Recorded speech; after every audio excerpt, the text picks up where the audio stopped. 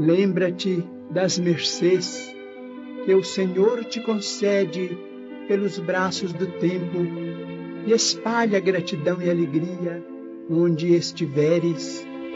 Repara as forças da natureza a emergirem serenas de todos os cataclismos.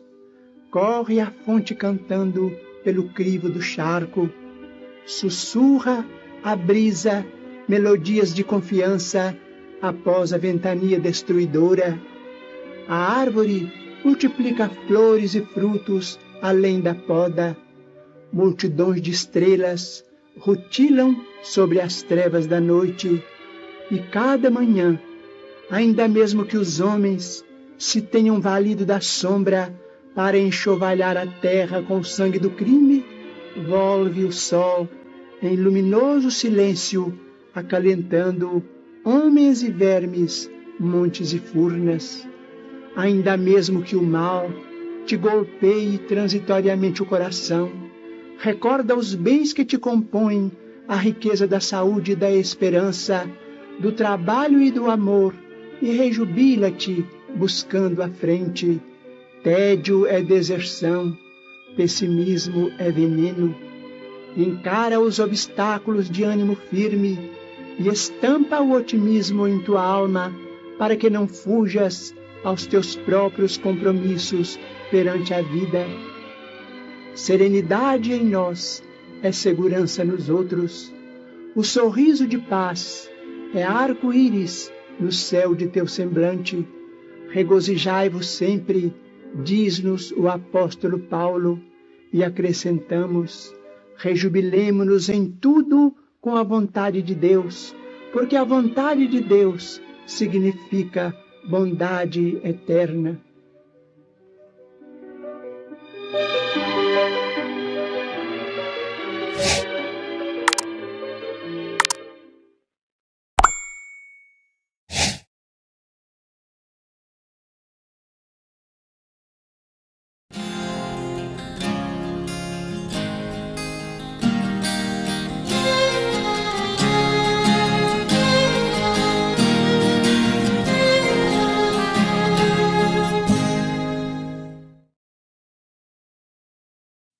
Naquele instante, teve a impressão de que Áquila representava a comunidade de todos os ofendidos por seus desmandos cruéis.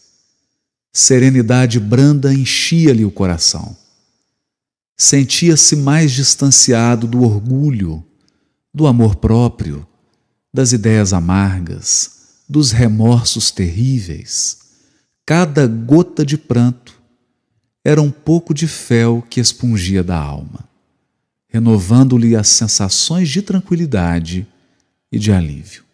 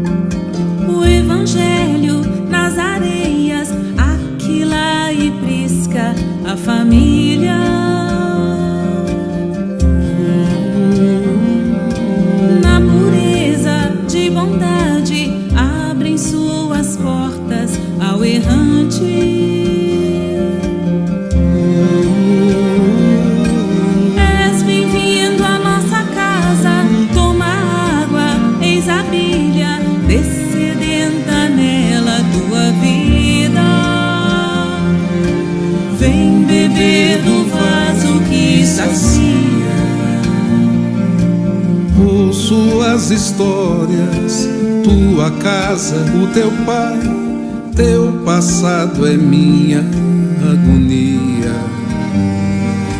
Já enxergo agora, no trabalho, no tear, vou tecendo meu falar e a nossa amizade é um coro.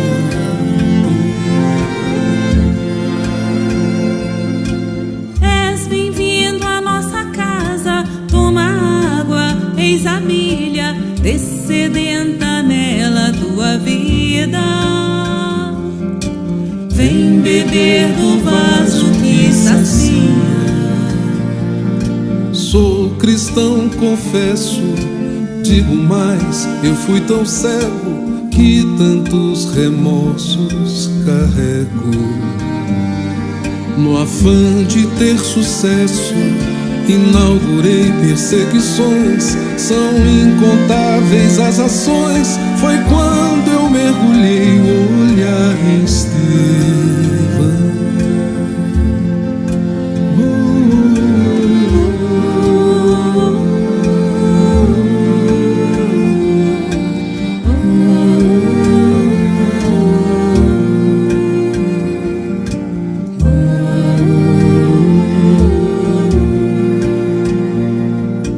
Devo ir embora, tua casa é um altar, sou um estorvo à sua harmonia.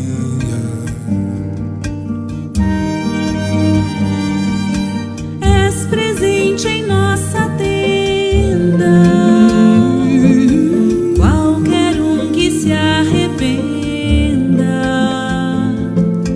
e conosco sirva algum amigo. Sois ovelha que volta ao aprisco.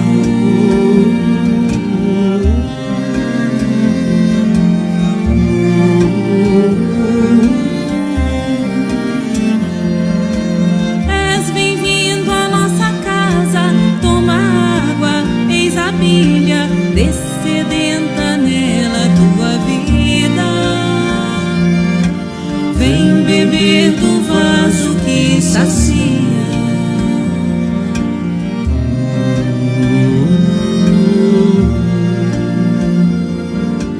Pois serás o vaso que sacia.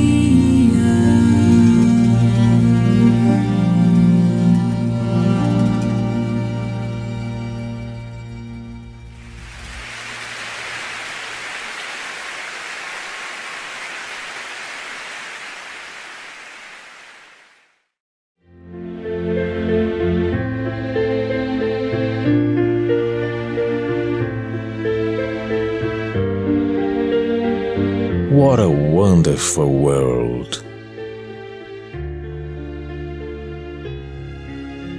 Que mundo maravilhoso!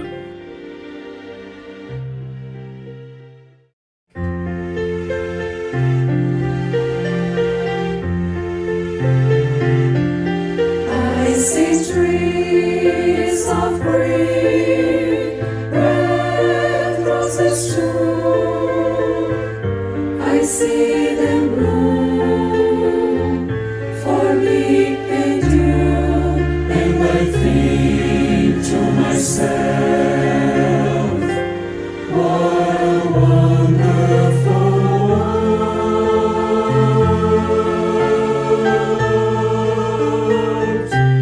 I see skies of blue and clouds of white, the bright blessed day, the dark sacred night, and I think to myself, what a wonderful world.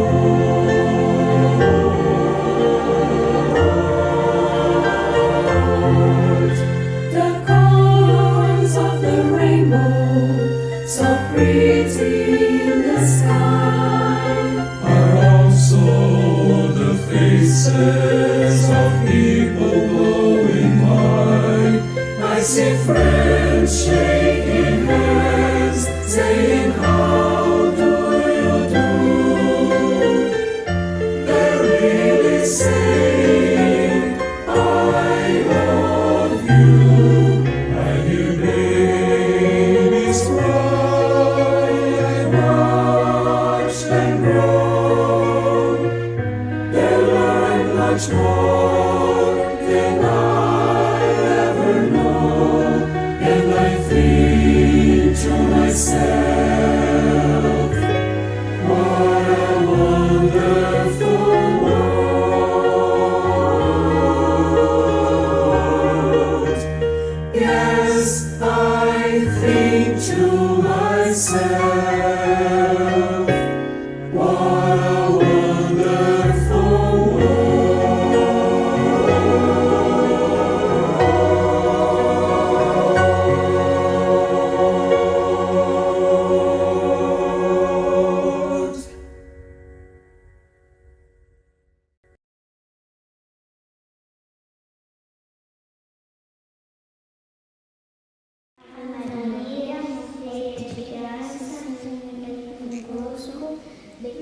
sois vós entre as mulheres, e bendito é o fruto do vosso ventre, Jesus.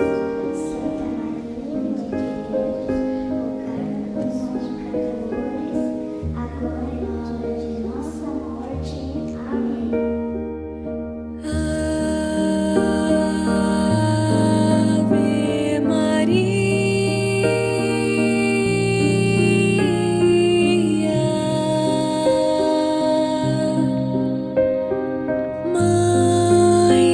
Estrelas, Mãe do céu, alma doce da natureza, ó seiva viva que nutre esse chão, dá tua luz a tudo que vive e respira.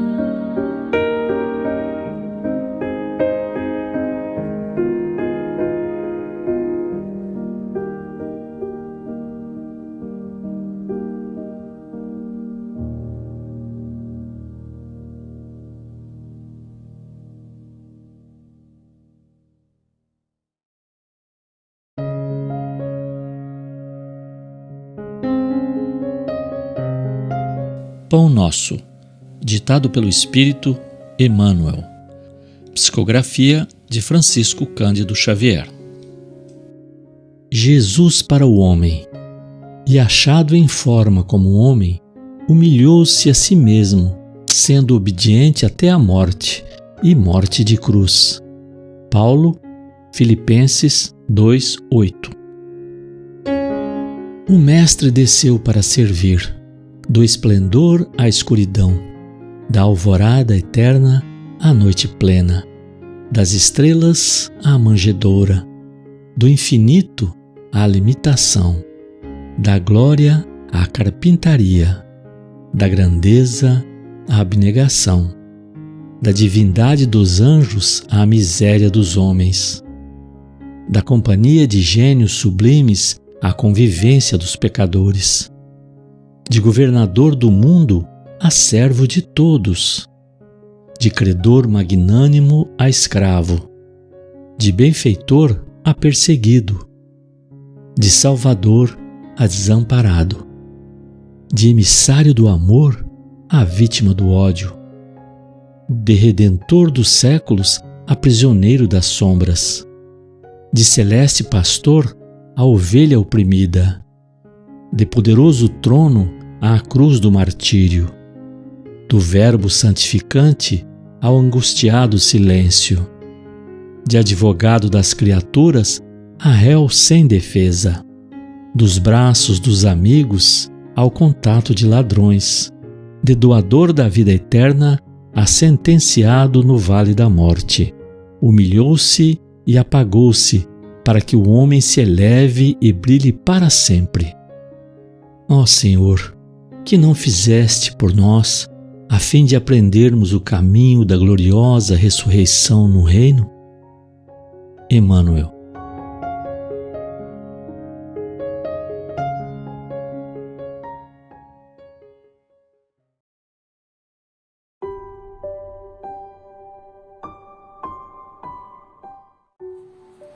Boa noite a todos.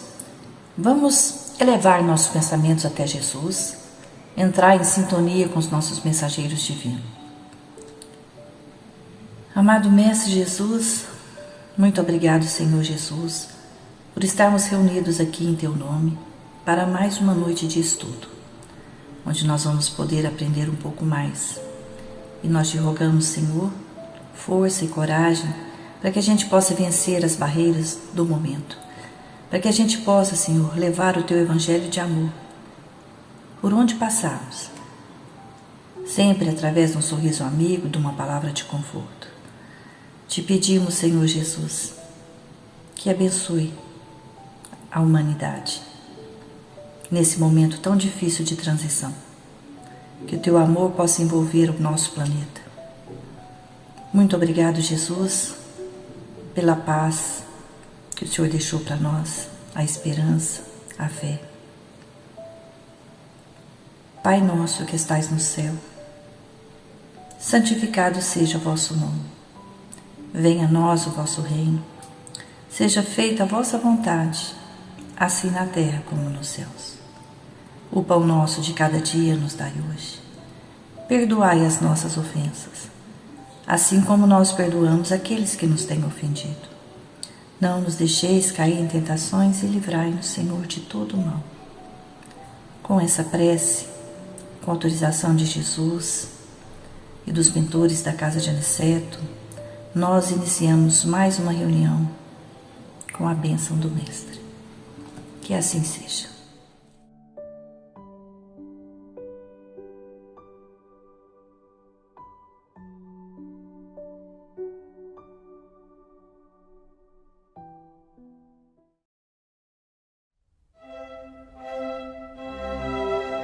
Estudando o Livro dos Espíritos com Allan Kardec.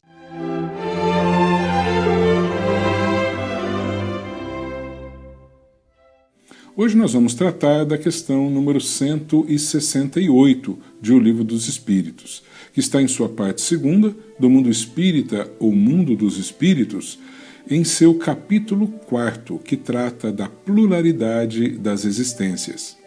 E a pergunta 168 é a seguinte: é limitado o número das existências corporais ou o espírito reencarna perpetuamente? E a resposta é a seguinte: a cada nova existência, o espírito dá um passo para diante da senda do progresso. Desde que se ache limpo de todas as impurezas, não tem mais necessidade das provas da vida corporal. Não há, portanto, um número específico de reencarnações para cada ser. Cada um vai passar por 100 reencarnações. Não existe isso. Porque a reencarnação é um instrumento de aprendizado, é um instrumento de evolução. Então ela vai existir para cada um individualmente enquanto houver necessidade para o aprendizado desse espírito. Alguns aprendem mais rápido, vivenciam mais rapidamente a lei do amor, certamente vai encurtar a sua necessidade de vivenciar várias e várias reencarnações. Contudo, nós temos que avaliar que o estágio reencarnatório ele não se limita no nosso planeta, que é um planeta de expiações e provas. Vamos viajar através de reencarnações em planetas muito mais evoluídos que o nosso. Portanto, não temos como mensurar sequer a possibilidade de quais são esse número de reencarnações mínimo ou máximo ou médio que seja entre esses espíritos. Sabemos que aqui vivenciamos encarnações de acordo com a nossa limitação, com o nosso aprendizado, num corpo mais grosseiro. Quando alçarmos voo a planetas mais evoluídos que o nosso, nós habitaremos corpos mais sutis, menos materializados, provavelmente teremos uma vida mais longa e o nosso estágio de progresso no aprendizado do amor será algo muito maior que talvez nós sequer teríamos condições de compreender hoje. Portanto, limitar o número de reencarnações para o nosso atual estágio de conhecimento seria algo incompreensível. O importante é que a cada nova reencarnação renova-se a oportunidade do nosso progresso, do nosso aprendizado. E todos nós estamos na jornada. Aquele que já alçou o voo para mundos superiores, para mundos maiores, ele não é mais do que nós diante de Deus, diante do Pai. É um espírito mais experiente que na jornada evolutiva da vida está num grau de aprendizado maior, mas segundo Jesus, todos chegaremos até o Pai. É como se nós pudéssemos dizer que um aluno que está na faculdade seria melhor ou maior como espírito do que aquele que está ainda no ensino fundamental. Está galgando os degraus para chegar à faculdade e lá certamente vai chegar algum dia. Então o valor de cada um, enquanto espírito, enquanto filho de Deus, é o mesmo, embora cada um esteja em um degrau diferente desta jornada evolutiva enquanto espírito eterno que é. Nós devemos aproveitar bem a reencarnação que temos, sempre buscando aprender, vivenciar as leis de Deus, o exemplo que Jesus nos deixou, e aproveitamos bem sempre quando seguimos Jesus. Miramês, sobre essa questão, diz o seguinte: colocar um ponto final nas reencarnações é ignorar as distâncias imensuráveis que o espírito deve percorrer nas linhas da evolução, a qual chamamos de despertamento. As vidas sucessivas mais grosseiras têm duração breve. À medida que o espírito vai se depurando, ele automaticamente vai saindo de uma faixa reencarnatória para entrar em outra de maior pureza. O crescimento da alma requer corpos mais sutis e com maiores possibilidades espirituais, de modo a permitir a ela dominá-los em todos os sentidos. A reencarnação na Terra é necessária até a depuração da alma, tendo, portanto, certo limite, se assim podemos dizer. Mas a depuração necessária ao espírito que transita neste planeta pode não ter a mesma correspondência em outros mundos por onde o espírito vai passar.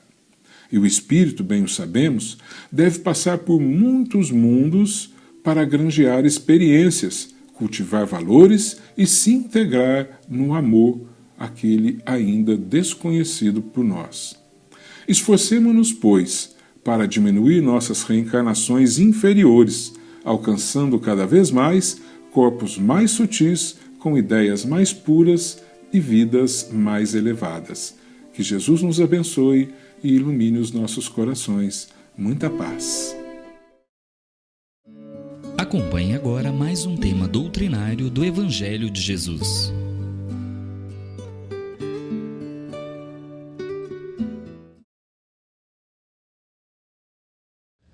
Meus irmãos, sob as bênçãos de Jesus e a proteção da Mãe Santíssima, possamos ter mais compreensão e discernimento para melhor compreendermos os seus ensinamentos e com eles possamos agir de acordo com as leis divinas para a nossa própria felicidade.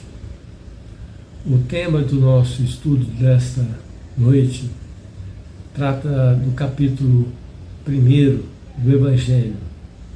O título é Não Vim Destruir a Lei, especificamente no tópico O Espiritismo.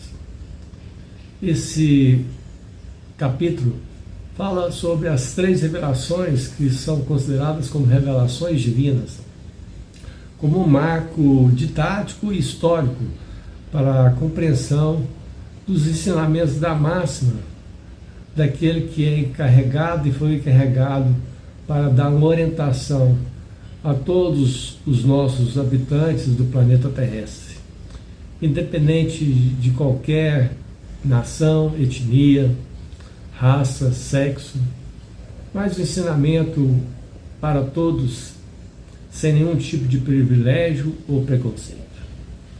As 3 revelações são consideradas tão didáticas como se fosse a primeira através personificada em Moisés, a segunda com o advento do Cristo e a terceira o Espiritismo. O que se trata dessa máxima, o Espiritismo, quando no capítulo fala não vim destruir a lei? O Evangelho tem na passagem de Mateus, capítulo 5, versos 17 e 18. Assim está no Evangelho, em Mateus, lá nas primeiras orientações, após a passagem do Divino Rabi. Não penseis que eu tenha vindo destruir a lei ou os profetas. Não os vim destruir, mas cumpri-los, porque em verdade vos digo que o céu, a terra não passarão, sem que tudo se acha na lei esteja perfeitamente cumprido, enquanto reste um único iota e um único ponto. Evidentemente que boa parte das mensagens do Evangelho tem um sentido de interpretação que requer também uma compreensão da linguagem daquilo que foi pregado na época de Jesus. Mas vamos desvendando progressivamente sobre este capítulo. O que versa a compreensão da mensagem dos Espíritos da codificação de Kardec? O Espiritismo. O Espiritismo, assim, é posto como uma ciência nova, que vem revelar aos homens, por meio de provas irrecusáveis, a existência, a natureza do mundo espiritual e suas relações com o mundo corpóreo. Essa ciência nova não é a ciência propriamente conhecida e reconhecida dentro do materialismo do mundo do orbe terrestre. É a ciência que vem trazer uma explicação sobre a relação que há entre nós, homens, seres, irmãos encarnados por todo esse planeta, e essa mesma relação do mundo espiritual. Portanto, não se trata de uma ciência materialista. É uma ciência com um novo olhar. É uma mudança de paradigma, onde a ideia de um teocentrismo e com a ideia também de um materialismo que persiste até os nossos dias das religiões, dos aspectos religiosos, como também dos aspectos materiais, científicos, e o Espiritismo traz uma interpretação diferente, explicando também aquilo que, a certo modo, para o povo antigo, é algo sobrenatural, com as manifestações mediúnicas e estudos dos tratados, especificamente dentro do Livro dos Médiuns, propôs uma nova visão do homem com o mundo espiritual. Esse mesmo Espiritismo mostra não mais como coisa sobrenatural, como algo além da nossa compreensão e capacidade, mas ao contrário, como das forças vivas sem cessar atuantes na natureza, como fonte de uma multidão de fenômenos até hoje incompreendidos por alguns e por isso mesmo relegados às vezes lá no passado ao domínio do fantástico e do maravilhoso. Partes das mensagens de Cristo permaneceram por um bom tempo ininteligíveis ou foram falsamente interpretadas.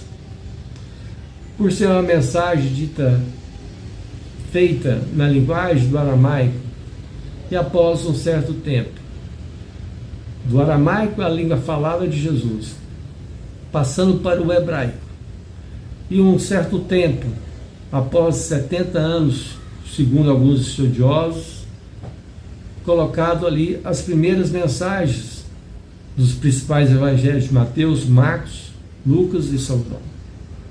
Mas tinha a questão também de uma linguagem hermenêutica de interpretação daquilo que realmente Jesus quis ensinar dentro do seu evangelho. E dentro de todo este caminho de ensinamento e interpretação, houve também as questões em relação a que a linguagem falada e depois o que for escrito, passando do aramaico, do hebraico e ali, na linguagem comercial daquela época, o grego. Passamos por um período de interpretação através de reformas, como a Vulgata Latina. Passamos por um período da reforma que Damaso pediu para que fosse feito, como também a Septuaginta. Dentro de todas essas passagens e em tentativas de interpretação do Evangelho, às vezes utilizando a hermenêutica, ou às vezes não tendo a compreensão do cerne, do fulcro que realmente Jesus queria deixar como ensinamento do Evangelho. Sendo assim, lá no Antigo Testamento, a mensagem está personificada com uma primeira revelação em Moisés, mas no Novo Testamento está personificada na figura do Mestre Jesus. E o Espiritismo é uma terceira revelação de Deus que não tem ela em si personificada em nenhuma figura, em nenhum ser humano, em nenhuma individualidade. Porque ela é fruto de um ensinamento dado não por um homem, não por homens, não por doutrinas materialistas e nem por segmentos materialistas ou pseudo-materialistas ou pseudo-científicos sobre o que é o ensinamento do Evangelho, mas é fruto também dado pelos Espíritos, os Espíritos da codificação, que são as vozes do céu em todos os pontos do orbe terrestre, uma multidão inumerável de intermediários, assim como foi feita no início pelo Livro dos Espíritos, com as mais 1000 comunicações feitas pelos médiuns, e Kardec como codificador, certificando das mensagens dadas em todos esses comunicantes, dentro das perguntas que foram formuladas dentro do Livro dos Espíritos. Portanto, não sendo uma obra humana assinada por Kardec, porque ele mesmo reconhecera que não era o autor daquela grande revelação. Daí, adotar o pseudônimo, porque o pesquisador, o homem, o cientista, apesar de dar a sua compreensão como intermediário, como todos nós, assim somos também, ele não é e não considerou como autor da obra. Como também os espíritos conscientes dessa comunicação não coloca, através das mensagens de psicografia, que eles não são os autores ou os responsáveis. Havendo, às vezes, dentro dessas comunicações, um fenômeno também de animismo, da interferência do médium. Mas no caso específico de Kardec, nas mensagens da codificação do Evangelho, do Livro dos Espíritos, do Céu e Inferno e a Gênesis, foram obras, mensagens, não de um espírito, não de um coletivo de pessoas com aquele pensamento em comum, mas uma mensagem de espíritos da luz para dar uma nova oportunidade de entendimento para a humanidade. Assim como Cristo disse, não vim destruir a lei, mas cumpri-la, o Espiritismo reafirma a mensagem de Jesus. Igualmente, não venho destruir a lei. E qual que é essa lei? Não venho destruir a lei cristã, a lei do amor. A mesma lei que Jesus não veio destruir, das leis dos 10 mandamentos, lá no Antigo Testamento por Moisés. Então, o Espiritismo nada ensina em contrário ao que ensinou ou Cristo ou o cristianismo, mas desenvolve e completa e explica essa relação do mundo espiritual com o mundo material em termos claros para todo mundo, o que foi adito simplesmente às vezes de forma alegórica para a compreensão, para o entendimento do povo à medida que fosse evoluindo. O Espiritismo consta no próprio Evangelho. Não, ele vem cumprir o que o Cristo anunciou e preparar as coisas futuras. Portanto, o Espiritismo é a obra do Cristo, que ele mesmo preside, o governador dessa obra. Assim como preside, conforme igualmente anunciou a regeneração que se opera e prepara para o reino de Deus na terra. Uma regeneração que não será imposta por decreto, por legislações humanas importantes e necessárias nas nossas relações do mundo material, mas uma relação espiritual, uma compreensão de mundo não simplesmente vendo, porque meu reino não é deste mundo. Se assim não fosse, eu não teria dito. Há muitas moradas na casa do meu Pai. a morada do meu Pai é o universo, dos diferentes mundos que existem por toda essa obra que temos de conseguir e ascender, saindo do mundo primitivo de provas e expiações, um mundo aí que predomina ainda o mal sobre o bem, o materialismo. Também compreendemos as desigualdades existentes, desigualdades de toda ordem, mas desigualdades não frutos do Criador, mas desigualdades frutos, em consequência, dos nossos erros do presente, do passado e principalmente do egoísmo e do orgulho individual de cada ser humano, de certa forma, trazendo consequências ainda nas nossas relações humanas. Essa compreensão de trazer uma união e uma aliança da ciência e da religião. Da religião no sentido de religar a criatura ao Criador, aquele que todos nós temos o sentimento, mas não como religião, como um órgão físico e estrutural, simplesmente de uma congregação de homens, mas uma religião de religar aos seus filhos, ao seu Pai, um sentimento de maior união e fraternidade. A ciência e a religião são duas alavancas da inteligência humana. Uma revela as leis do mundo material e a outra a do mundo moral, do mundo espiritual. Ambas, porém, têm um mesmo princípio, que é de Deus, e não podem contradizer-se. Se fosse a negação uma da outra, uma necessariamente estaria em erro e a outra com a verdade, porque Deus não pode querer destruir as suas obras. A incompatibilidade que se julgou existir entre essas duas ordens de ideias provém apenas de uma observação equivocada e de um excesso de exclusivismo de um lado ou de outro.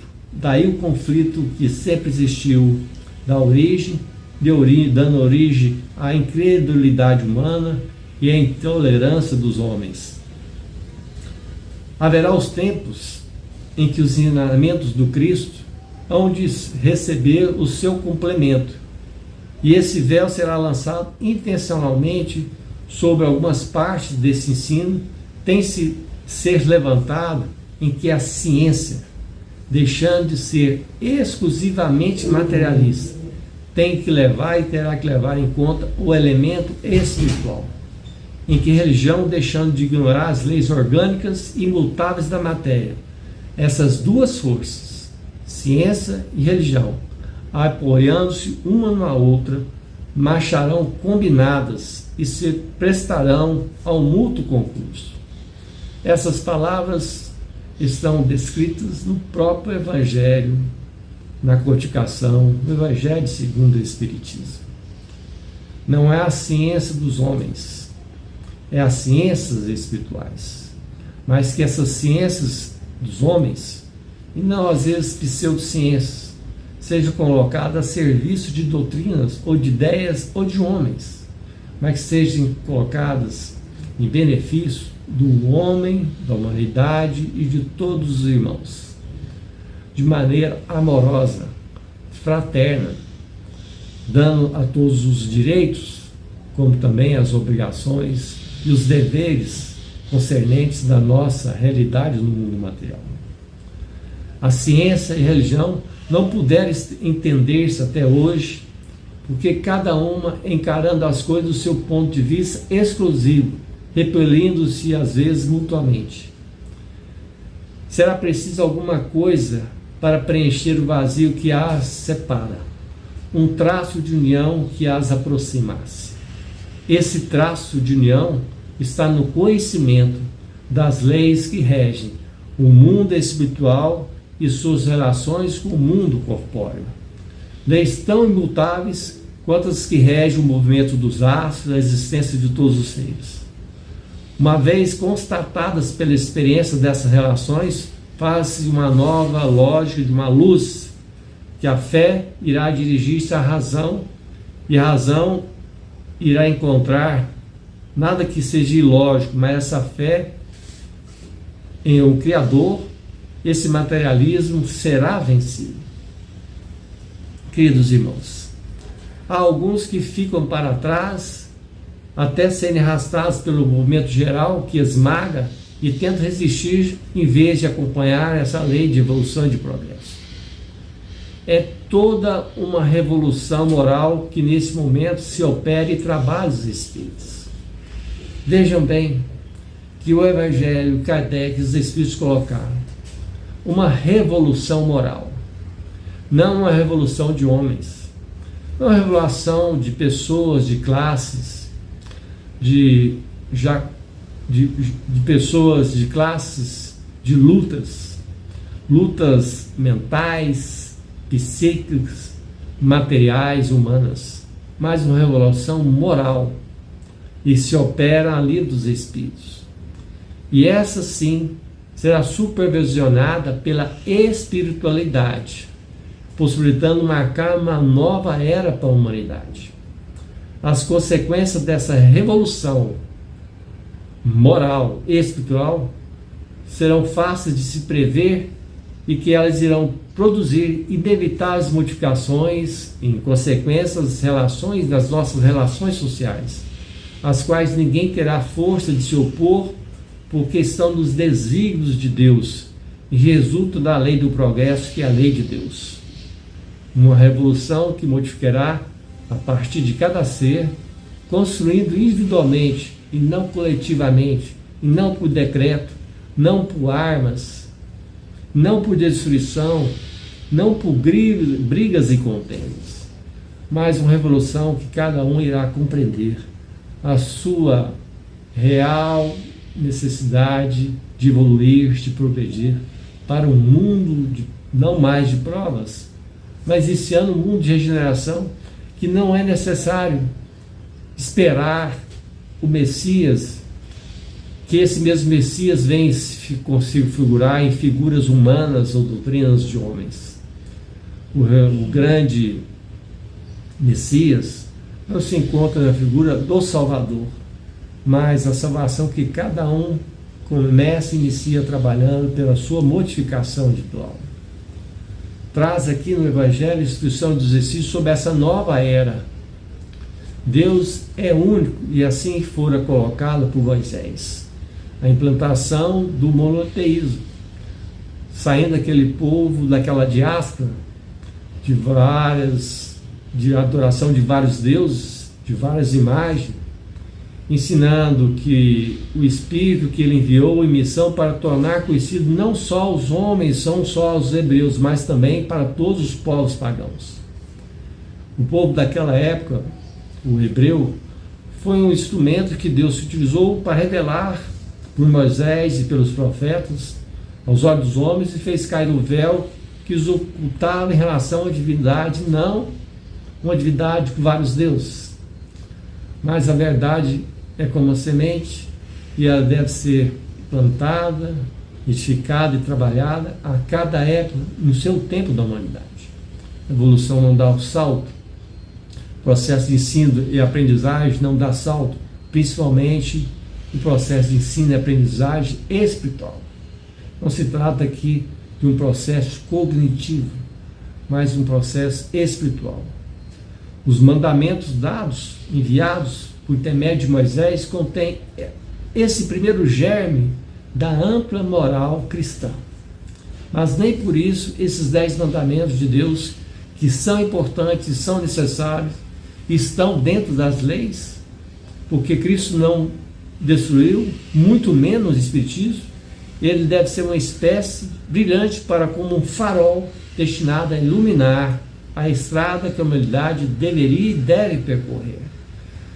Não podemos abandoná-los e deixá-lo como se fosse algo ultrapassado, respeitando a todos, amando a todos, ao próximo como a si mesmo, não destruindo o ser humano de nenhuma forma, de nenhuma espécie, em nenhum tempo e período da vida, desejando ao próximo o que desejamos a nós mesmos, a todos indistintamente, aos nossos irmãos, amigos e aqueles outros que não despertamos ainda o mesmo sentimento de afeto, mas que temos que reconhecer o sentimento de respeito, porque fazemos parte de uma mesma humanidade, tendo como vínculo o mesmo Pai, para iluminar essa estrada que toda essa humanidade deverá percorrer.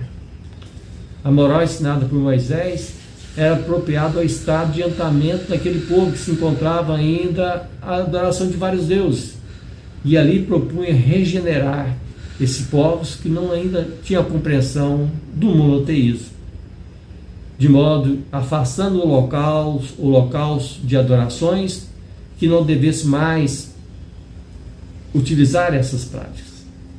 Apesar da inteligência do povo daquela época, notável em alguma parte no tocante material e das artes, mas ainda estavam muito atrasados em moralidade e não teriam se convertido sob o império de uma religião inteiramente espiritual. Isto ainda continua acontecendo na humanidade. O Cristo foi o iniciador dessa moral mais pura, não destruindo a lei de Moisés, mas trazendo essa compreensão da moral cristã evangélica, que há de renovar o mundo e aproximar os homens e torná-los irmãos. E Jesus, quando for indagado, ele pediu, embainhe a sua espada. Porque a revolução que ele haveria de fazer não é aquela que estava com a preocupação do Império Romano ou com o Império Judaico. Não era esse reino material. Não era o reino das relações humanas sociais, mas um reino de relação espiritual, de fazer brotar nos corações dos homens a caridade, o amor ao próximo e estabelecer a solidariedade comum de uma moral que, enfim, que há de transformar as pessoas do planeta Terra, tornando aqui, num período que não sabemos e não temos essa data específica, uma morada para os espíritos um pouco mais evoluídos. Espíritos onde que o mundo de regeneração poderá se fazer presente. E quando será? Quando todos nós iniciarmos individualmente a compreensão dessa lei de progresso e que o Espiritismo, trazendo essa alavanca que Deus utiliza para fazer que a humanidade avança como ser espiritual e não como ser material. Chegará o tempo em que as leis morais hão de se desenvolver para que se realize os progressos que estão nos desígnios de Deus. Tem essas leis, elas serem seguidas numa mesma rota, percorrendo as ideias de liberdade por seus precursores. Liberdade, igualdade, fraternidade. Princípios ditos lá atrás, desde os períodos revolucionários. Mas como podemos perceber, que não será as revoluções humanas, não será as revoluções de grupos sociais, mas revoluções homens, seres espirituais, com a compreensão que somos seres espirituais em experiência material e que deveremos restabelecer relações fraternas, humanas, respeitosas, sem nenhum tipo de discriminação de raça, de credo, de religião, de etnia, de condição material, de todos os povos sem exceção, todos tendo o direito de estarem presentes aqui, no mesmo órgão, no mesmo planeta. Mas, enquanto o mundo de regeneração não se abre nos nossos caminhos, mas Jesus trouxe essa compreensão, e o Livro dos Espíritos e a Terceira Revelação e o Espiritismo vem nos trazer essa compreensão que o mundo espiritual é superior e mais importante que o mundo material. E se Moisés abriu esse caminho, Jesus continuou essa obra. E o espírito israelita, em 1861, pediu e confirmou: o Espiritismo concluirá a obra de regeneração para a humanidade. Estando isso afirmado na última passagem, nesse mesmo capítulo, em 1861. Queridos irmãos, trazendo essas luzes para todos os homens, mulheres, brasileiros, de todos os povos, que não tenhamos os nossos pensamentos e sentimentos contrários a esse do Evangelho de Jesus, posto lá desde o início por Moisés nos seus mandamentos, nas orientações das bases cristãs, da sabedoria, das parábolas de Jesus, e essa nova ordem de compreensão dada pela terceira revelação, o Espiritismo, que somos seres espirituais. Segue, confia, alma sincera, sorve a angústia do cálice derradeiro, guarda a bênção da fé sobre o madeiro, da aflição que punge e dilacera. Trabalha, serve, crê, ajuda e espera.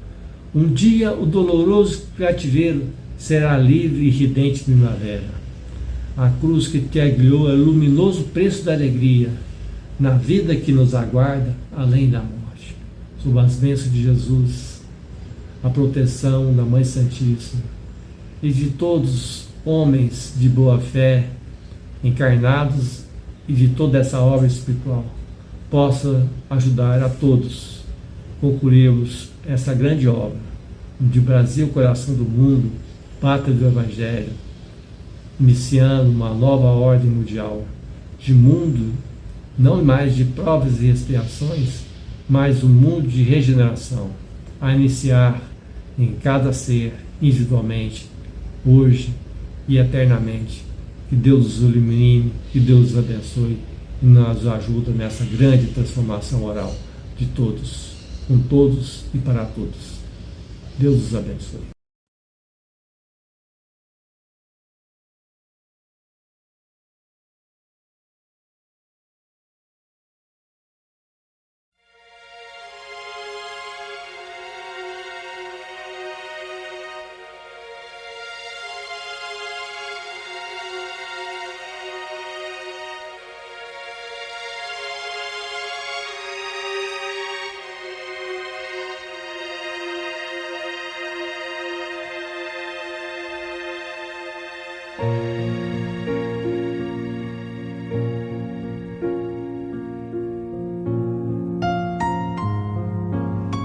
Queridos irmãos em Cristo, nesse momento de suave meditação, pedimos a presença de espíritos amigos para esse passe. Senhor de infinito poder e bondade, ajudai-nos a retirar da nossa mente todos os pensamentos negativos que se encontram alojados em nossa alma, fruto da nossa condição de ser imperfeito. Que ideias de vingança, pensamentos inferiores e egoístas sejam afastados da nossa mente. Que os desequilíbrios emocionais, ansiedade, impaciência e estresse sejam corrigidos, visando uma nova harmonia do nosso ser.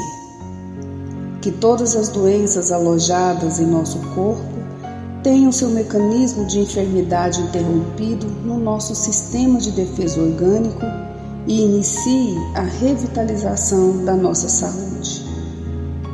E assim, meu Pai Celestial, com suas bênçãos e as energias luminosas e curativas de seus missionários, possamos receber as melhores vibrações energéticas através deste passe e que essas vibrações venham em forma de ideias edificantes, de otimismo, alegria, e nos fortaleça para o perdão, a paciência e a serenidade necessárias à resolução de nossos problemas e provações. Peço, Senhor, que nos ensine a viver um dia de cada vez, que nos oriente a superar os traumas do passado e guardar apenas as lições valiosas, tanto de experiências felizes como as dolorosas. Também, Senhor, permita o cuidado necessário para controlarmos o medo diante do futuro que ainda está fora do nosso alcance. Que possamos aproveitar a beleza e o sabor dessa existência em cada momento sagrado que o Senhor nos permite viver, com sabedoria, discernimento e entusiasmo pela vida. Que nessa jornada terrena possamos aprender a nos elevar espiritualmente um pouco a cada dia, sempre seguindo os conselhos do Cristo. E que o espírito de fraternidade, o amor de Deus ao próximo e a nós mesmos sejam a base do nosso comportamento e a prática da caridade e do perdão a nossa conduta diária. E dessa forma, possamos ser merecedores das suas bênçãos, nos fortalecendo e curando nossas enfermidades por sua intercessão misericordiosa. Em nome de Jesus, agradecemos por tudo que recebemos até o dia de hoje, rogando mais uma vez a tua proteção, o teu amor e a tua paz.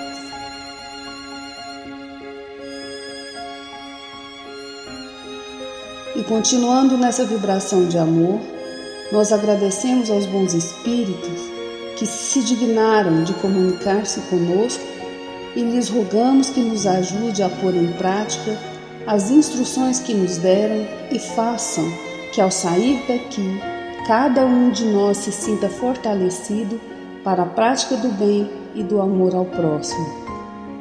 Também desejamos que as suas instruções aproveitem aos espíritos sofredores, ignorantes ou viciosos, que tenham participado da nossa reunião e para os quais imploramos a misericórdia de Deus.